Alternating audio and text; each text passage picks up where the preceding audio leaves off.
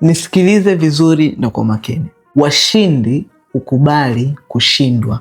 Ngoja nielezee vizuri. Watu wengi tumekuzwa na somo moja tu, never quit. Yani usikubali kushindwa. Hakikisha umekimaliza kile ulichokianzisha. Ukiishia njiani maana yake umefeli. Kwa hiyo wametuaminisha kwamba ukiishia njiani ama ukiachana na jambo, maana yake ni kwamba umefeli hilo jambo. Tumejikuta tumekuwa na kubadilisha huo ushauri kuwa gereza. Sasa hivi tumekuwa watu wazima, tumekwama kwenye biashara ambazo ukiangalia kutoka moyoni unaichukia kuanzia unyayo mpaka kisogo. Iko hivi, sio kila kitu kinapaswa kuhakikisha kinaokolewa hadi mwisho, na sio kila jambo ambalo lilianza vizuri linapaswa kukamilishwa hadi mwisho. Kuna utofauti mkubwa kati ya kuhakikisha unapambania jambo ambalo bado lipo hai na kuhangaikia jambo ambalo limeshakwisha kufa. Muda wako ulionao hapa duniani ni mchache sana, miaka 60-80. So energy yako pia inaisha. Kwa hiyo ukiendelea kung'ang'ana na kitu ambacho hata ufanye vipi mwisho wa siku kimesha kufa, hata ufanye matokeo kiasi gani, mwisho wa siku everything, kila kitu utakachokuwa umekifanya hakitokuwa ni discipline, bali ni drainage, kujinyonya na kujiumiza mwenyewe.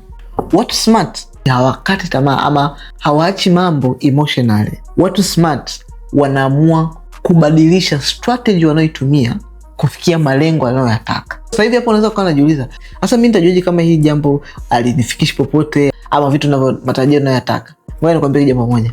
Unajua vizuri kabisa hii hainifikishi popote. Unajua kwa nini? Huwa tunaamua kuzinyamazisha instinct zetu na hali yetu ya kugundua na kuona kwamba hii ni hatari, hii haiendi popote, kwa sababu tumeaminishwa kwamba ukikubali kushindwa umefeli. Kwa hiyo unaogopa kuonekana kama umefeli kwa sababu unaamua kutumia strategy tofauti. Vile vile kwa sababu umeinvolve ego yako ulionayo. Yani kwamba mimi siwezi kuacha hii kitu nimeshaipambania. So unajikuta unanyamazisha instinct ulizonazo, na kitu kinachotokea ni kwamba kwa sababu umeamua kuzinyamazisha, hata zipigi kelele, zinakwambia kimoyo moyo hainipeleki popote. Kwa hapo moyoni mwako unajua kabisa siwezi kuendelea na hii ajira nilionayo, kazi naifanya, hii partnership niliyoingia na huyu bwana, kabisa hii hainipeleki popote. So kuruhusu kuachana na mambo unayofanya kwa sasa hivi au umepambana nayo muda mrefu haimaanishi umefeli. Sometimes unapata uhuru wako mwenyewe. You'll be free kutoka gerezani ambalo umejiwekea kama ni gereza. Sometimes ni busara kabisa, na tena sometimes ni uwezo wa kujipenda mwenyewe kwa ajili ya kujitakia mema. So kama unajiona kabisa kazi ninayoifanya nimefanya kwa muda mrefu na naona kabisa hii sio kazi yangu, natakiwa nianzishe kitu changu, natakiwa nikamfungue kampuni yangu, nianzishe biashara yangu. Kama unajiona kabisa hii venture, biashara ninayoifanya na huyu bwana sitaki kuendelea nayo, natakiwa nifungue kampuni yangu mwenyewe, niingie sokoni.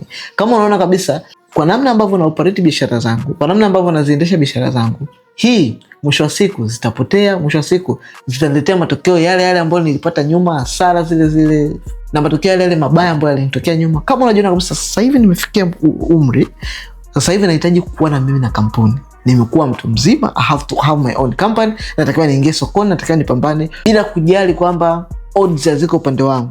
Moyoni mwako ukiona kabisa mimi ni mtu huyu, comment neno usajili ama piga simu kwenye namba inayoonekana kwenye caption.